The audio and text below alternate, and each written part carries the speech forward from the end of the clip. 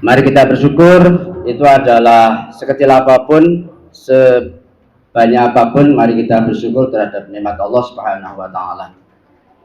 Insya Allah dengan kopi segelas itu akan mengingatkan kita untuk mensyukuri Avanza atau Fortuner gitu. Dari yang kecil itulah kita bisa mensyukuri hal-hal yang besar.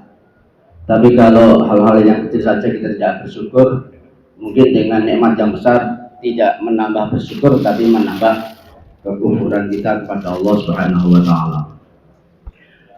Salam dan salam semoga tetap tercurahkan kepada Nabi besar Muhammad sallallahu alaihi wasallam, kepada keluarganya, sahabat-sahabatnya, dan juga kepada orang-orang yang senantiasa menjadi pengikutnya.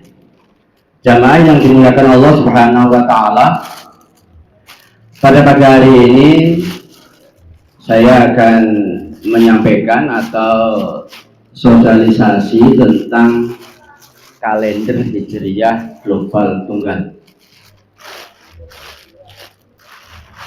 Bagi peserta muktamar di Solo,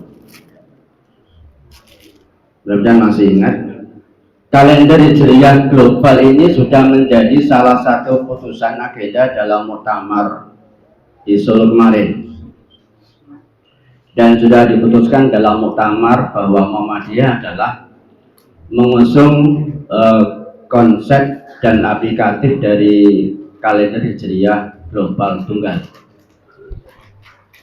Kemudian dari muktamar dilanjutkan dengan Munas Tarjih di Pekalongan tanggal 23 Maret tahun 2024. Majelis Tarjih sudah memutuskan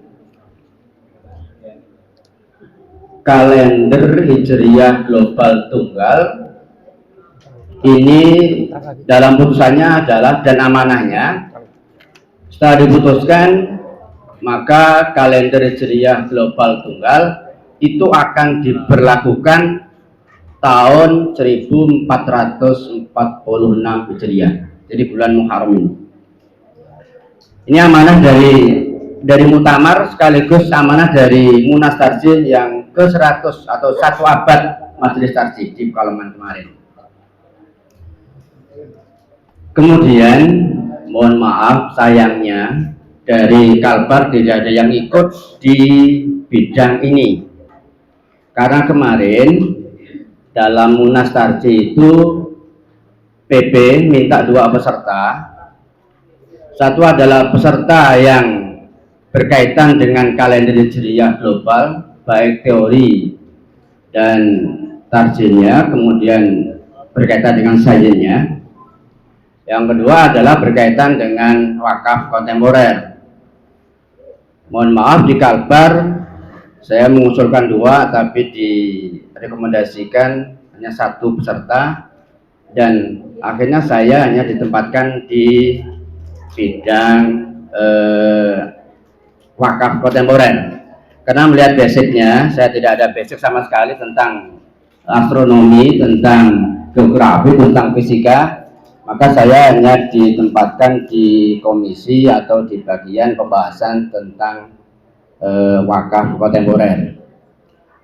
Kemudian di bagian kalender Hijriyah Global untuk Kalbar tidak ada yang hadir, karena hanya 1 pesertanya.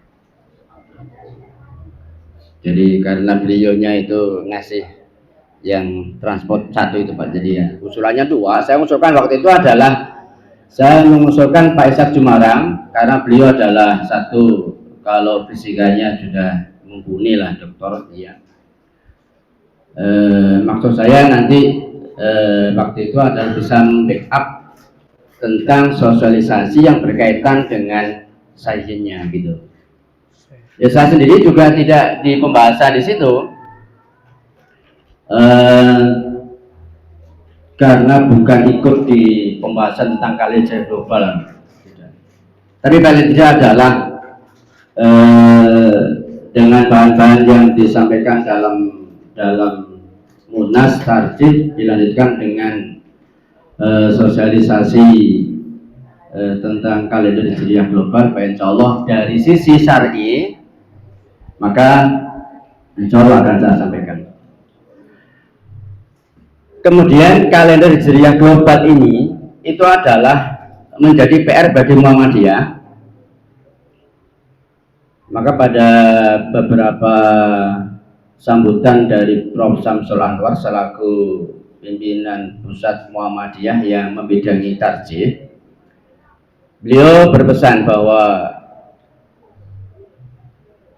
biaya jamaah dalan itu ketika melakukan perubahan arah kiblat itu dimusuhi yang pertama, ya kan? Yang pertama dimusuhi. Kemudian masyarakat bisa menerima perubahan arah kiblat itu ternyata 100 tahun lebih. Nah, gitu loh, Pak. Jadi 100 tahun baru diterima. Secara resmi Kementerian Agama menerima perubahan arah kiblat. Kemarin secara resmi membuat edaran bahwa ada istilah yaitu 1 juta apa ya? 1 juta arah kiblat, bukan 1 juta kiblat, Pak. Jadi 1 juta arah kiblat, perubahan arah kiblat itu baru diterima. Itu 100 tahun lebih, Pak. Ya kan? Jadi tidak menutup kemungkinan kalender hijriah global ini ya mungkin lebih lama dari itu, karena ini berkaitan dengan duit di Indonesia lah terutama ya. Terutama di kita itu, di negara kita merubah sistem dari Ru'yatul Hilal ke kalender hijriah global, terutama di kita itu berat. Ini yang disampaikan oleh Prof. Karena berkaitan dengan duit. Ya, karena berkaitan dengan ru'yah, berkaitan dengan itu. Ya, meskipun ada perbedaan tentang pemahaman dan penafsiran kata ru'yah gitu ya, tetapi yang berat itu adalah berkaitan dengan UUD-nya itu, yang akan menjadi tantangan besar. Kalau soal keilmuan mungkin bisa diterima, mungkin secara ilmuwan menerima itu, tapi kalau berkaitan dengan kebijakan ke situ, itu yang agak repot. Jadi mudah-mudahan tidak sampai 100 tahun lah harapan kita. Tidak sampai 100 tahun. Ya, tapi kalau dilihat dari masalahnya itu masalah berat ya, Pak. Dibandingkan dengan perubahan arah kiblat itu kan tidak menyangkut buat jodol itu ya, tidak menyangkut membuat rendang, tidak nyangkut membuat kue lebaran kan, apalagi buat ketupat, buat bontong apa kan, tidak berkaitan dengan itu aja 100 tahun baru diterima, secara resmi diterima perubahan arah kiblat. Tapi kalau kalender hijriah global ini mungkin ya lebih lama lah Bapak. Mudah-mudahan anak cucu kita yang menikmati. Tapi paling tidak adalah Muhammadiyah itu bisa meninggalkan sebuah peradaban yang luar biasa kalau memang bisa diterima, dan itu akan menjadi sumbangan terbesar terhadap peradaban bagi Muhammadiyah untuk bangsa dan negara kita. Wabil khusus tidak hanya bangsa dan negara, tapi untuk umat Islam sedunia. Ini harapannya. Jamaah yang dimakan Allah Subhanahu wa Ta'ala, maka di dalam kalender hijriah global ini itu ada argumen syar'i, ada dalil syar'i, dan ada dalil kauniyah. Dalam menentukan kalender hijriah global tunggal ini ada 2 dalil yang dibangun oleh Muhammadiyah. Di samping politik organisasi bisa menjadi putusan muktamar kan, berarti ini organisasi. Tapi Muhammadiyah membangun dua dalil. Yang pertama adalah dalil syar'i. Dalil syar'i itu meliputi konsep hisab. Kemudian pemahaman tentang ru'yat. Yang ketiga adalah tentang imkan ru'yat. Yang keempat tentang kalender global. Dan yang terakhir adalah tentang maqasidus syar'iyya. Ayat-ayat dan hadis-hadis yang berkaitan dengan kalender hijriah global dilihat dari sisi maqasidus syar'i, dilihat dari aspek tujuan ayat dan hadis itu dipahami sehingga menghasilkan, menelurkan sumber itu. Kemudian yang kedua adalah pembuktian atau dalil kauniyah, yaitu dengan dalil ayat-ayat kauniyah. Yang ayat-ayat kauniyah ini adalah termasuk pembuktian sains. Insya Allah bagi yang pernah pengajian di pimpinan pusat itu sering kok Pak Tono Saksono itu sering menyampaikan tentang dalil pembuktian secara sains bahwa kalender hijriah global itu adalah sesuatu yang bisa dipahami dari ayat kauniyah. Maka biasanya yang menyampaikan itu adalah Prof. Dr. Saksono, kemudian Profesor yang dari ITS itu Pak Purwanto itu, kemudian Pak Susiksnan Bayan. Biasa tiga itulah profesor itu yang membuktikan bahwa secara ilmiah kalender hijriah global itu adalah bisa dipahami dan bisa dilaksanakan. Itu. Maka kemarin tadi malam beberapa hari ini saya kontak dengan Dr. Esa Jumara bisa untuk membantu mensosialisasikan dari aspek ayat kauniyah dan beliau siap. Maka saya mohon kepada Majelis Tabligh Kota untuk bulan depan agar beliau atau kapan disampaikan, dikasih waktu untuk menyampaikan tentang dalil kauniyah saja dari aspek sains yang beliau siap untuk menyampaikan. Aspek materi, soal materi beliau sudah ya insya Allah sudah siap beliau. Kemudian sukses dan tidaknya, berlaku dan tidaknya kalender hijriah global memang tergantung kita. Maka pesan dari Prof. Samsul selaku pimpinan pusat Muhammadiyah itu adalah majelis tarjih itu jangan berhenti untuk sosialisasi. Saya sudah ngomong dengan Pak Jenny kemarin bagaimana pimpinan wilayah bisa mendukung untuk sosialisasi ini ke amal usaha, kemudian ke PDM yang ada di Kalimantan Barat. Itu. Saya sudah buat rencana dengan Pak Isak Jumara, kalau ke daerah-daerah per daerah itu agak sulit dilakukan. Untuk agak hemat itu adalah dibuat zona. Misalkan untuk Kota Pontianak Mempawah itu digabung jadi satu. Kemudian Singkawang, Bengkayang, Sambas jadi satu. Kemudian untuk wilayah Hulu itu Kapas Hulu, Sintang, Sekado, Melawi, Sanggo jadi satu. Kemudian wilayah timur, wilayah mana? Ketapang, Kayong satu kali. Itu yang nanti kita buat formulasinya untuk sosialisasi. Mau tidak mau adalah kita harus menyampaikan hal ini.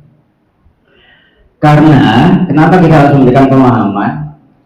Ada sesuatu yang sangat mengganjal, Pak.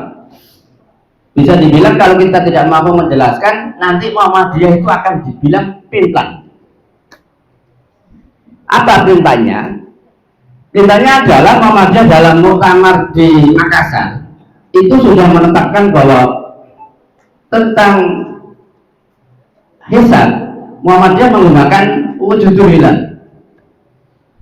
dan matlaknya itu hanya untuk di Indonesia, akan begitu. Sedangkan kalender hijriah global itu adalah tidak wujudul hilal. Kalau dulu kan 0,1 derajat sudah wujud, dan itu diakui sebagai kalender, sebagai tanggal. Nah, gitu. Tapi kalau kalender hijriah global tidak, bahkan lebih ngeri lagi. Itu adalah begini, yang kemarin kita kadang-kadang ledekan, bahkan menjadi bumerang bagi orang dan akhirnya di penjara, itu kan gara-gara ketinggian elongasi itu ya, ketinggian derajat dan elongasi, yang akhirnya kemudian terjadi ribut di WA, kemudian sampai ada yang dipenjarakan gitu kan, meskipun bukan kita yang dipenjara. Kalau ini kita tidak bisa, ya akhirnya kita dibilang wah Muhammadiyah itu pintan, gitu. Dari wujudul hilal kepada kalender hijriah global tunggal. Jadi ini yang menjadi beberapa tantangan bagi kita, dan kita yang jangan malu, kita ini belum pernah buat kalender hijriah, baik Indonesia maupun dunia. Barunya itu hanya rapat aja gitu ya. Udah berkali-kali rapat gitu. Jangan heran kalender Masehi juga yang kita nikmati sekarang ini untuk bayar utang, untuk pinjaman utang itu ya, kalender Masehi itu yang kita sudah menikmati untuk ada libur dan sebagainya, itu ternyata juga tidak langsung mulus loh. Ternyata juga mengalami perubahan berkali-kali. Kalender Masehi itu juga berubah sampai 4 kali. Baru dinikmati kalender, diputuskan untuk kalender Masehi itu baru saja dan mengalami perubahan yang keempat. Dari 6.000 tahun sebelum ditetapkan itu sudah ada kalender itu. Jadi jangan heran, umat Islam belum mulai untuk buat kalender hijriah. Baru yang berani ya, itu adalah baru di Indonesia, itu adalah Muhammadiyah. Maka wajar siapkan mental untuk di lah bahasanya lah. Jadi siap pokoknya. Kita siap dibilang menteri. Tahu apa menteri Pak ya? Pintan itu ya. Harus siap Pak. Muhammadiyah itu pintan dari wujud hilal kemudian, gitu loh. Mesti itu Pak. Dulu mohon maaf, kita sering mana bisa bersatu kalau tinggi derajatnya itu adalah 3 derajat, kan gitu ya. Padahal Muhammadiyah wujud hilal tidak akan ketemu, tidak akan sama gitu. Jadi elongasi 6, kemudian elongasinya bertambah 6 derajat. Ini pasti Pak, maka mental kita harus siap. Jadi kalau maafin kan 364 ya, 3 derajat, kemudian elongasinya 6. Tapi di kalender hijriah global itu lebih tinggi lagi Pak, 5 derajat 8 elongasinya, lebih parah lagi kan. Yang kemarin kita 3 aja, kita kadang-kadang wah memang tidak bisa bersatu gitu ya. Lebih parah lagi, kalender hijriah global itu adalah tingginya hilalnya itu adalah 5 derajat, elongasinya 8. Nah ini kalau kita dasar mental menjadi, ya itu bahan ejaan. Mana bisa bersatu? 3 aja tidak bisa bersatu, apalagi 5, kan begitu. Jadi Bapak Ibu jamaah yang dimuliakan Allah Subhanahu Wa Taala, inilah yang menjadi ya tantangan sekaligus peluang bagi kita. Tantangannya seperti itu. Peluangnya adalah kita akan menjadi pelopor untuk penggerak itu ya, sebagai pelopor, sebagai penggerak tentang kalender Hijriah global tunggal. Dan informasi yang membedakan juga bahwa PCIM, Pimpinan Cabang Istimewa Muhammadiyah, itu sudah ada 16 negara yang siap untuk bergabung dengan kalender Hijriah global. Ini hasil dari sosialisasi pimpinan Cabang Istimewa Muhammadiyah di negara-negara. Cuma waktu itu Prof. Samsul tidak menjelaskan negara-negara mana saja yang sudah siap untuk bergabung dengan kalender Hijriah global. Tapi paling tidak belum ditetapkan saja sudah siap untuk bergabung. Baik, insya Allah mudah-mudahan kita berdoa kepada Allah Subhanahu Wa Taala tetap kita adalah menjaga konsistensi dari ini dan kita akan mendapatkan respon dan dukungan dari dunia luar sehingga kalender Hijriah global itu bisa diterima di dunia. Insya Allah kalau dapat dukungan kan lumayan Pak. Dan termasuk pagi hari ini, Pak Iksan, hari ini itu saya disuruh mewakili Pak Pabali untuk menghadiri untuk acara dukungan kepada tarekat yang asalnya istighosah di GOR. Saya menolak. Jadi tadi malam Bapak ya, jadi saya di Japri oleh Japri untuk mewakili Pak Babali, mewakili dari Muhammadiyah untuk memberikan dukungan kepada tarekat. Bukan, tarekat baru namanya Pak, Samaniyah atau apa gitu loh. Dan acaranya mulai jam 4 subuh tadi di GOR itu sholat subuh berjamaah, kemudian istighosah yang tak mampu inilah. Maka terus terang saya menolak untuk dikasih tugas Pak Wali. Mohon maaf Pak, saya menolak untuk acara itu. Terus terang aja. Kecuali kalau bendahara boleh lah karena duit. Kalau saya makri tidak mau menjadi bumerang bagi saya gitu. Dan saya sarankan udahlah tidak usah dihadiri karena itu adalah sudah, apalagi kalau bahasanya adalah memberikan dukungan gitu loh, ajaran atau kelompok tarekat yang acaranya adalah istighosah, sholat subuh berjamaah kemudian istighosah dari habis subuh sampai jam 10 acaranya di GOR. Saya tidak mau menolak, mohon maaf Pak Wali, saya menolak tugas itu. Gak entah dihadiri apa tidak, tapi saran saya sih tidak usah dihadiri. Jadi mari kita ke kalender Hijriah global.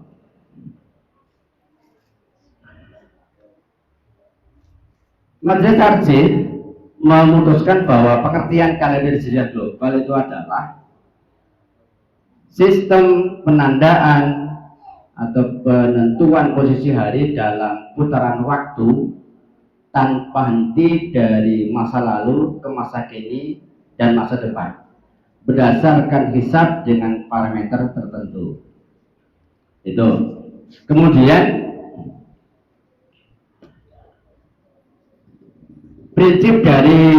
salah satu prinsip dari kalender Hijriah global itu adalah bahwa kalender Hijriah global tunggal itu adalah kalender Islam yang berlaku secara global dengan prinsip satu hari satu tanggal di seluruh dunia. Apa tidak berat Pak ini Pak? Satu hari satu tanggal di seluruh dunia.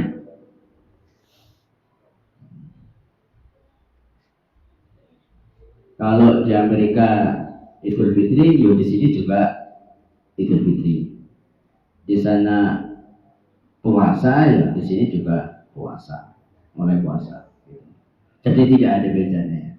Kalau sudah ada kalender itu adalah satu hari, satu tanggal, dan seluruh dunia sama.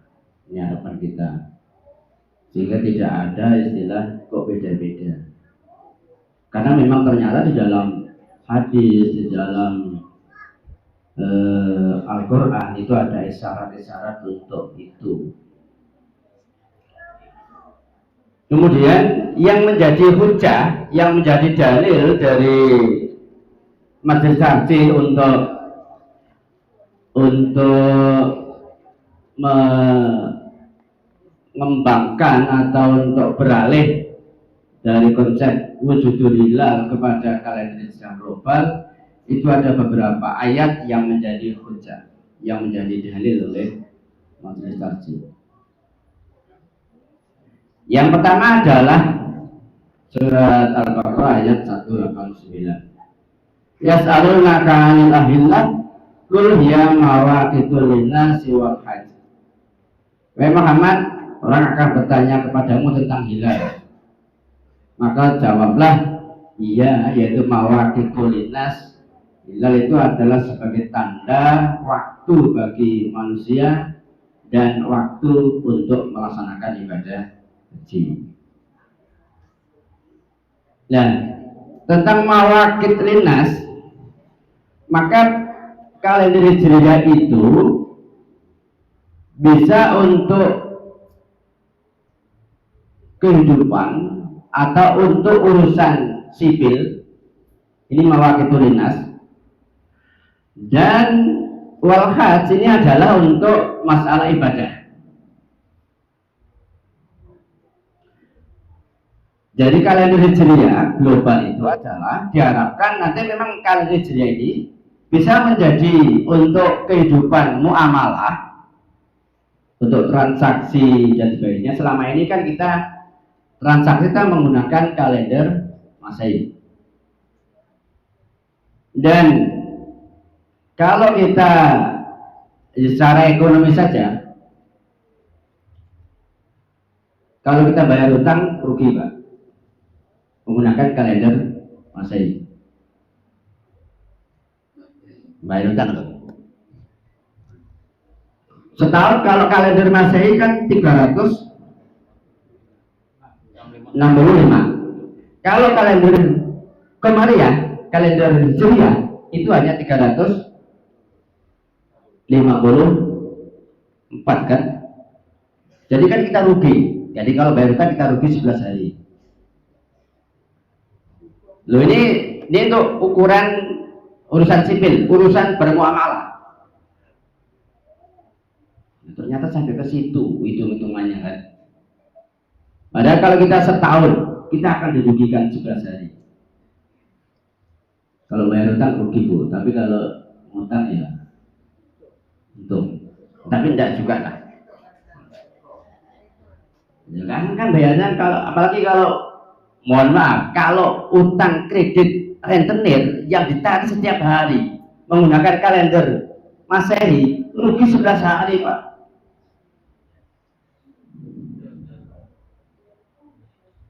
Iya, Pak Mulyani. Nah, kadang-kadang kita ini kan tidak berpikir ke sana. Kalau angsuran setiap hari itu 100.000, berarti kali 11 kan 1 juta. Setahun berarti kita dirugikan 1 juta. Itu kalau hitungan satu hari 100. Tapi kalau kita menggunakan kalender hijriah, tidak, karena lebih sedikit juga. Gitu.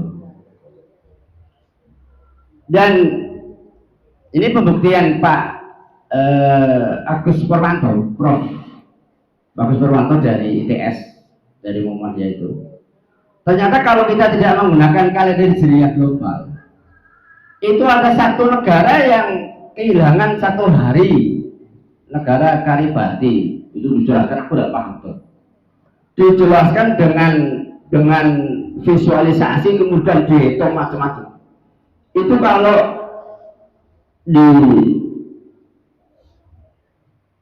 menggunakan kalender hijriah, kalender Masehi, itu ada satu negara yang kehilangan 1 hari. Karena apa? Karena hari ini Senin, besok hari Senin lagi. Gitu. Ini kalau mungkin Pak Besar Sumarang bisa menjelaskan. Gitu.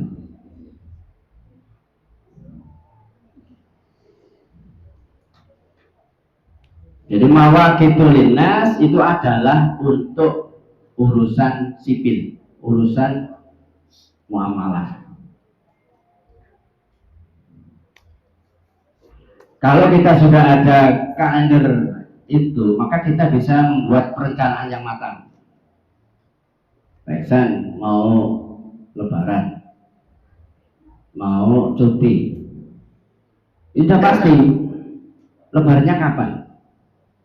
Mengajukan cuti gampang. Kalau di kita masih lumayan, Pak. Kalau orang-orang Islam yang ada di luar sana, termasuk di Amerika dan sebagainya, di luar negeri yang minoritas, dan mereka harus mengajukan cuti, ya kan? Mereka kalau mau sholat Id itu harus mengajukan cuti, tidak bisa seperti kita. Kalau kita enak, palinglah habis sholat Id kerja gitu aja dulu, ya kan? Kalau di luar negeri, di minoritas, mereka akan sholat hari raya itu harus mengajukan cuti dulu, karena memang belum hari libur nasional. Bagi negara-negara yang tidak Islam kan masih tidak masuk dalam kategori libur nasional, apalagi cuti tidak. Maka harus mengajukan cuti untuk melaksanakan sholat hari raya. Nah kemudian problemnya adalah kalau hari rayanya masih nunggu diintip dulu, diru'yah dulu, kapan mengajukan cuti? Ini problem, ya kan? Kapan mengajukan cuti? Besok masih baru ngintip. Padahal kalau mereka dipastikan besok pagi libur, kapan ngurus cutinya?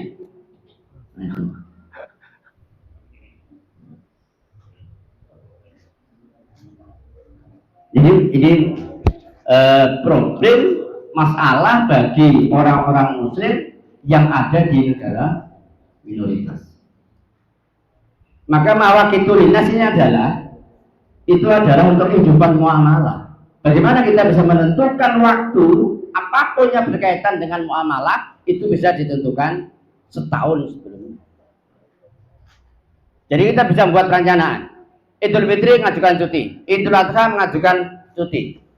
Apalagi kalau kayak kita banyak yang Islam, ya kan? Banyak libur-libur nasional. Maulid Nabi libur, Isra Mi'raj libur. Kalau kita nyaman, Pak. Orang Islam yang ada di Indonesia paling nyaman. Tapi bagi orang-orang Muslim yang di luar sana, di non-Muslim, yang minoritas, itu adalah problem ketika belum punya pedoman, belum punya kalender.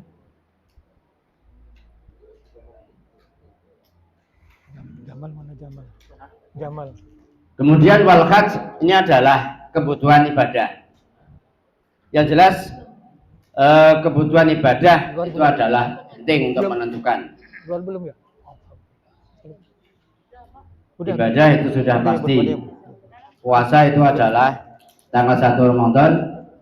Kemudian Lebaran itu adalah 1 Syawal. Ini adalah butuh waktu, butuh penetapan yang pasti. Jadi ini dalil yang menjadi hujah bagi Muhammadiyah dalam untuk menentukan kalender Hijriah global. Kemudian dalil yang kedua adalah surah Taubah ayat 36 bahwa inna iddatasy syuhur indallahi isna asyara syahran. Sesungguhnya hitungan bulan di sisi Allah itu adalah ada 12 bulan. Nah ini kan juga harus ditentukan. Kalau setiap 12 bulan, setiap bulannya kita mengintip tanggal, ya kan? Seharusnya kalau kita mawaqitun linnas wal hajj, kalau untuk menentukan ibadah itu kalau kita seharusnya ada, karena kita ini kan pimpinan juga. Kalau Lebaran ribet menggunakan ru'yah, tapi kalau sholat tidak mau menggunakan tiang.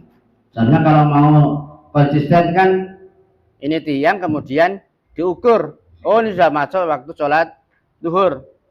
Kemudian kalau maghrib nengok awannya bagaimana? Masih ada awan merah apa tidak? Kalau masih ada awan merah berarti masih maghrib. Kalau sudah hilang berarti sudah masuk waktu isya. Kan begitu seharusnya. Kita kan tidak konsisten, Pak. Satu sisi kita menggunakan madhab ru'yah, satu sisi kita menggunakan madhab hisab. Nah, ini yang problem. Kalau maghrib, isya, subuh menggunakan madhab hisab, tapi kalau satu Ramadan, satu Syawal dan Dzulhijjah menggunakan madhab ru'yah. Ini kita, tapi bukan Muhammadiyah. Kita ini Muhammadiyah atau tidak kan itu. Jadi itu. Kalau kita menentukan, jadi kalau isna asyara syahran 12 bulan, idealnya adalah kita kalau konsisten ru'yah ya ru'yah terus. Setiap bulan. Kalau setiap bulan ru'yah berapa biayanya, Pak? Banyak, Pak. Suka aku mewakili. Tapi biasanya Pak Wasilon yang suka tuh. Oh pasti, Pak. Makan gratis, transfer lagi sekarang. Jadi itu. Kemudian hadisnya. Yang ketiga adalah surah Taubah ayat 37. Innama nasyi'u ziyadatan fil kufri. Sesungguhnya nasyi, ini bukan nasi, nasyi. Ziyadatan fil kufri, itu akan menambah kekafiran. Surah Taubah. Nasyi itu adalah orang-orang yang mundur tentang waktu bulan haram. Itu nasyi.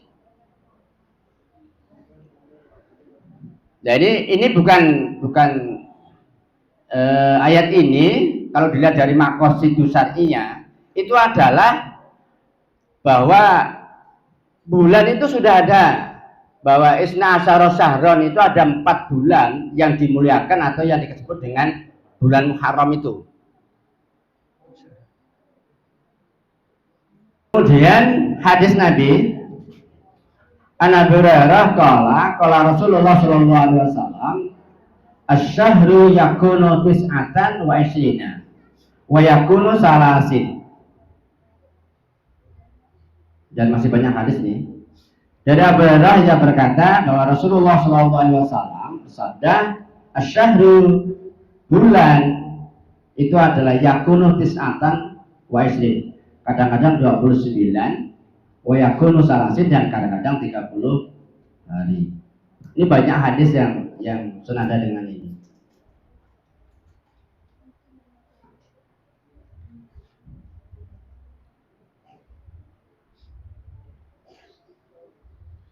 Jadi kalau hadis mengatakan bahwa bulan itu adalah kadang-kadang 29, kadang-kadang 30 hari.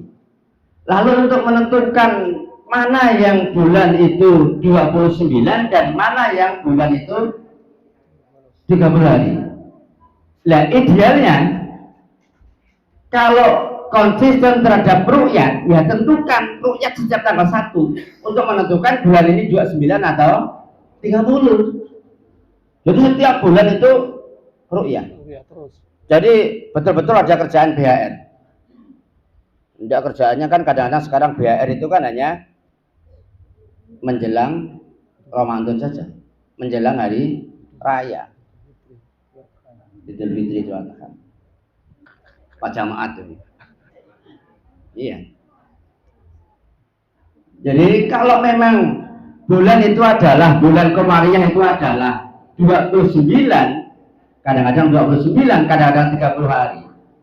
Maka setiap bulan kita harus menentukan ini 29 atau 30 hari. Nah, kita untuk menentukan ini tidak mau menggunakan ru'yah, maka menggunakan hisab. Kalau sudah menggunakan hisab, kita bisa menentukan berapa bulan yang 29 dan berapa bulan yang 30 hari.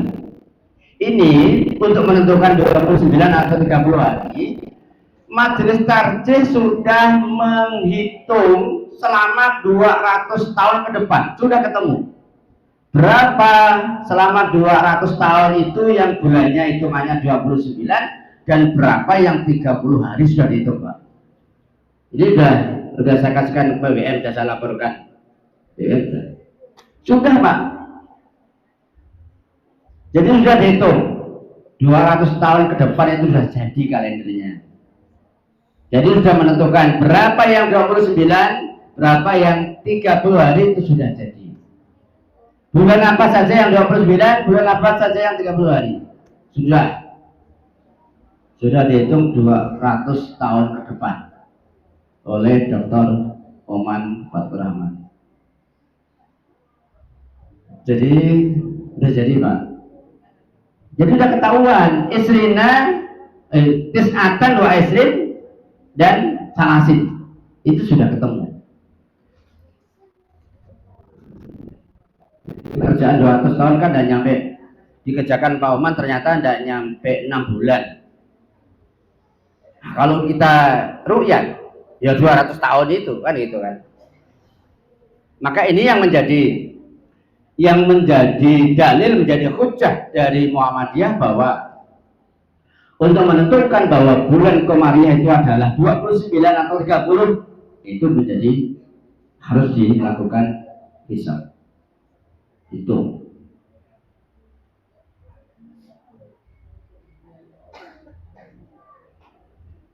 Maka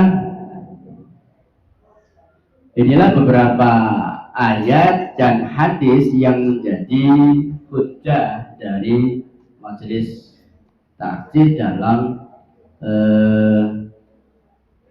menentukan untuk memilih kalender Hijriah global.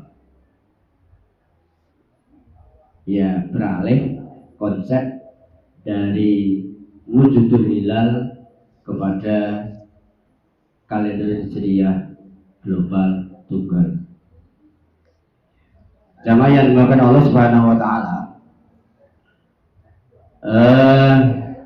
Ternyata yang menjadi penggagas kalender Hijriah global, kalau dilihat dari historisnya, sejarahnya itu adalah sejak zaman Khalifah Umar bin Khattab. Apa yang disampaikan oleh Prof. Erwin, Dr. Erwin, ahli falak dari UMSU, Universitas Muhammadiyah Sumatera Utara. Ternyata kalender Hijriah global itu sudah ada pemikiran dari Khalifah Umar bin Khattab. Cuman mandek. Karena Umar bin Khattab itu sudah melakukan standar hitungan dalam bulan itu sudah dibuat, cuman mandek, Pak, itu tidak berjalan.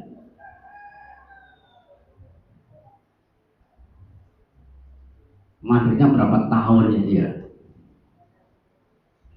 dari Khalifah Umar sampai sekarang. Baru muncul lagi itu tahun ya abad ke-20 lah, yang menggagas lagi. Itu adalah dilakukan oleh ahli hadis dari Mesir yang pertama kali ini. Itu adalah dari Ahmad Muhammad Syakir dari tahun 1939, pada abad ke-20. Ini dimunculkan kembali oleh ahli hadis bahwa kalender orang Islam harus punya kalender dan sifatnya adalah global. Gitu. Kemudian tahun 1978 itu dilakukan konferensi Istanbul Turki yang pertama. Jadi tahun 1978 itu untuk menentukan berapa tinggi hilal yang bisa digunakan dalam kalender Hijriah global. Maka dalam konferensi Istanbul Turki itu diputuskan bahwa parameternya ketinggian hilalnya adalah 5 derajat dan elongasi 8 derajat. Tahun 1978. Kemudian ada tokoh dari Malaysia itu juga menemukan tentang hisab global. Dari tahun 1978 itu berhenti juga. Setelah dibuat parameter 5 derajat dan elongasi 8, itu tidak lanjut untuk menentukan kalender Hijriah. Untuk membuatnya belum ada. Berhenti lagi. Baru tahun 2008, berarti berapa tahun lagi ini? Baru 2008 lagi diadakan deklarasi Dakar di Istanbul, Turki. Itu adalah yang diikuti oleh puncak negara-negara anggota OKI, termasuk Indonesia. Itu diwakili oleh 2 organisasi besar, oleh Muhammadiyah dan NU. Yang dari pemerintah itu adalah diwakili MUI tahun 2008.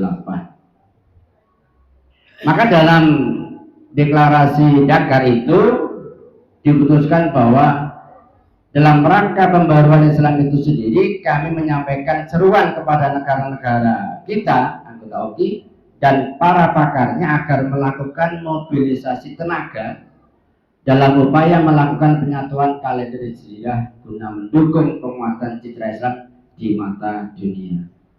Jadi amanahnya itu adalah agar negara-negara Muslim itu kerja keras untuk mewujudkan kalender Hijriah global.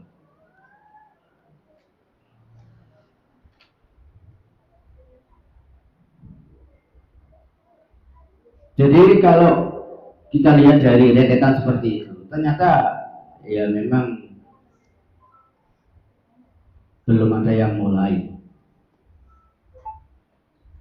Kemudian dilanjutkan lagi dengan konferensi Istanbul, Turki yang kedua, dengan beberapa rumusan, diantaranya adalah bahwa seluruh kawasan dunia adalah satu matlak. Kalau kemarin wujudul hilal itu adalah matlak global, yaitu wilayah kita, Indonesia. Jadi kalau di Papua sana itu sudah ru'yah, sudah wujud, ya kan, maka bisa. Di Jogja sudah wujud, ya untuk berlaku di seluruh Indonesia matlak yang kemarin kalau wujudul hilal itu. Kemudian dalam deklarasi Turki yang kedua ada beberapa putusan yang diambil, bahwa bulan baru itu dimulai apabila bagian manapun di muka bumi sebelum pukul 00 GMT telah terpenuhi kriteria sekurang-kurangnya elongasi 8 derajat dan ketinggian hilal 5 derajat. Nah ini Pak, ini yang akan ya bagaimana kita, karena berbeda dengan pemerintah. Pemerintah itu ketinggiannya adalah 3 derajat. Ya meskipun 3 derajat itu adalah ketinggian semu, karena yang 1 derajat itu adalah dihitung dari di bawah ufuk mestinya, bukan di atas ufuk. Jadi pada prinsipnya ada sama 2 derajat. Jadi itu beberapa hal. Kemudian kita lihat dari maqasidus syar'inya. Maqasidus syar'i yang berkaitan dengan ayat atau dalil baik Quran maupun hadis tentang maqasidus syar'iyah. Di dalam surat Al-Anbiya ada ayat yang berbunyi, inna hadhihi ummatukum ummatun wahidatun wa anna rabbukum fa'buduni. Sesungguhnya hadhihi ini ummatukum ummatun wahidatun, umatmu adalah umat yang satu. Wa ana rabbukum, dan saya, kami, rabbukum itu adalah Tuhanmu. Fa'buduni, maka sembahlah aku, gitu ya. Nah, kalau ummatukum ummatun wahidatun dan sembahlah aku ya. Kalau kita umat yang satu, kemudian kita diperintahkan untuk menyembah kepada Allah. Fa'buduni. Maka maqasid syar'inya tidak ada penyembahan yang berbeda-beda. Kalau lebaran tanggal 1, ya mestinya kan harus wahidatun, bukan isnani. Nah ini bagaimana kita bisa mewujudkan itu? Ya kan? Masing-masing akan mengatakan yang ru'yah adalah ijtihad, yang hisab juga ijtihad. Kan begitu kan? Tapi bagaimana kita bisa mengurai bahwa kita itu adalah umat yang satu, ya kalau ibadah ya satu. Satu hari kita Idul Fitri, ya satu hari kita Idul Adha. Jangan hari ini yang ada sholat Idul Fitri, besok ada Idul Fitri lagi. Ini namanya bukan Pak Buduni. Ini maqasid syar'inya.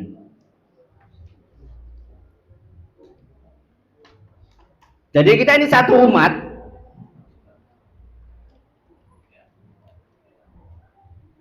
Kita ini satu umat, ummatun wahidatun. Maka kata Allah, wa ana rabbukum fa'buduni. Nah, kalau kita menyembah kepada Allah jangan beda-beda, kita satu umat kok. Nyembahnya beda-beda. Ada yang hari ini dan ada yang kemarin. Atau hari ini dan besok. Kan enggak. Kita ini adalah satu umat. Kalau begitu, yang hari ini dan besok itu adalah bukan umat, tapi itu adalah organisasi. Ya, itu. Akhirnya kan begitu. Yang hari ini Muhammadiyah, yang besok NU, atau yang hari ini NU, yang besok Muhammadiyah. Berarti bukan umat. Padahal kita ini diperintahkan oleh ayat Al-Anbiya ayat 92 adalah kita ini umat wahidah. Inilah maqasid syar'inya bahwa kita mau tidak mau harus menyatukan cara kita untuk Pak Buduni. Kita harus bisa menyatukan cara kita untuk menyembah kepada Allah. Jangan kita menyembah kepada Allah Tuhannya satu kok beda-beda. Permasalahannya kan sama, sholat Id, ya kan? Tuhannya juga satu. Kenapa kok sembah hari ini dan sama dengan besok? Maka kita harus beristihad, harus mengerahkan pikiran bagaimana kita agar umat itu bisa menyembah satu Tuhan, satu yang hari yang sama. Pak Buduni. Ini surat Al-Anbiya ayat 92.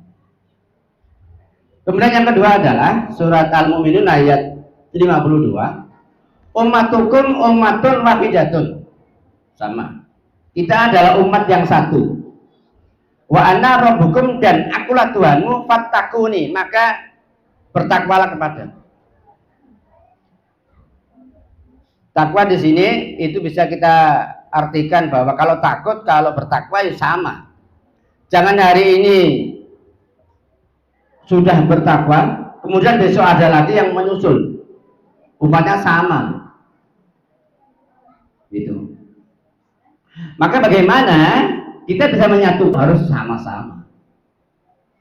Karena lagi Tuhannya adalah satu. Ini yang perlu maqasid syar'inya adalah mau tidak mau kita harus menyatukan cara kita untuk beribadah kepada Allah dan menyatukan bagaimana cara kita untuk bertakwa kepada Allah Subhanahu wa taala. Kan begitu. Nah, Muhammadiyah sesuai dengan koridor dunia, ya kan? Kemudian wa ma arsalnaka ila kafatal linnas wa basyira wa nadhira walakin aktsara nasi la ya'lamun. Surat Al-Anbiya 107 dan Saba 28. Maka kalau Rasulullah Shallallahu alaihi wasallam diutus adalah menjadi rahmat lil alam, ini kan tidak beda-bedakan. Satu nabinya, satu ajarannya, ya mestinya sama. Ya, salah satu agar Islam ini adalah bisa menjadi rahmat bagi seluruh alam, lil alamin, itu adalah diantaranya ya seperti itu. Diantaranya adalah istiadatnya adalah menyatukan satu hari satu tanggal untuk dunia. Itu caranya. Supaya di sini Indonesia satu Syawal, di Amerika juga satu Syawal. Karena Islam itu adalah rahmatan lil alamin. Ini mak konstitusinya seperti itu. Kemudian yang kedua adalah wa ma arsalnaka illa kafatan linnas, dan tidaklah kami mengutus engkau Muhammad illa kafatan linnas, kecuali untuk kafah linnas, seluruh umat manusia, tidak beda-bedakan. Ini kulit hitam, ini kulit coklat, ini kulit putih, tidak. Semuanya adalah sama tugas Rasulullah SAW. Ini untuk orang Indonesia, ini untuk orang Amerika, ini untuk orang New Zealand, sama. Kafatan linnas. Maka agar bisa benar-benar bahwa Rasulullah SAW-nya adalah diutus untuk kafatan linnas, paling tidak itu adalah diantaranya adalah penyatuan kalender Hijriah, kalender harus satu, sehingga kita ini adalah kafah linnas. Tugas Rasulullah SAW itu adalah sama, agar bisa dinikmati oleh kafatan linnas tadi. Bagi yang bisa menikmati soal ibadah, alhamdulillah, dan bagi yang bisa menikmati soal muamalah, alhamdulillah, kan itu. Karena tidak semua. Kalau misalkan kalender hijriah global itu adalah bisa, maka bisa dinikmati oleh kafatan linnas. Bagi yang muslim jelas akan bisa menikmati kafatan linnas, yaitu soal ibadah dan sipil dan muamalah. Bagi yang tidak muslim itu akan bisa menikmati muamalahnya saja, kan gitu.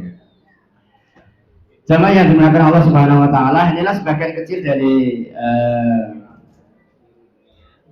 yang diteruskan oleh Majelis Takjid berkaitan dengan alasan-alasan baik syar'i, baik ru'yat dan sebagainya. Mestinya masih ada. Kenapa Muhammadiyah tidak menggunakan ru'yat? Ya, nanti kita sambung pengajian di lain waktu. Kurang lebihnya saya mohon maaf. Kalau ada pertanyaan, monggo. Cukup sekian. Assalamualaikum warahmatullahi wabarakatuh.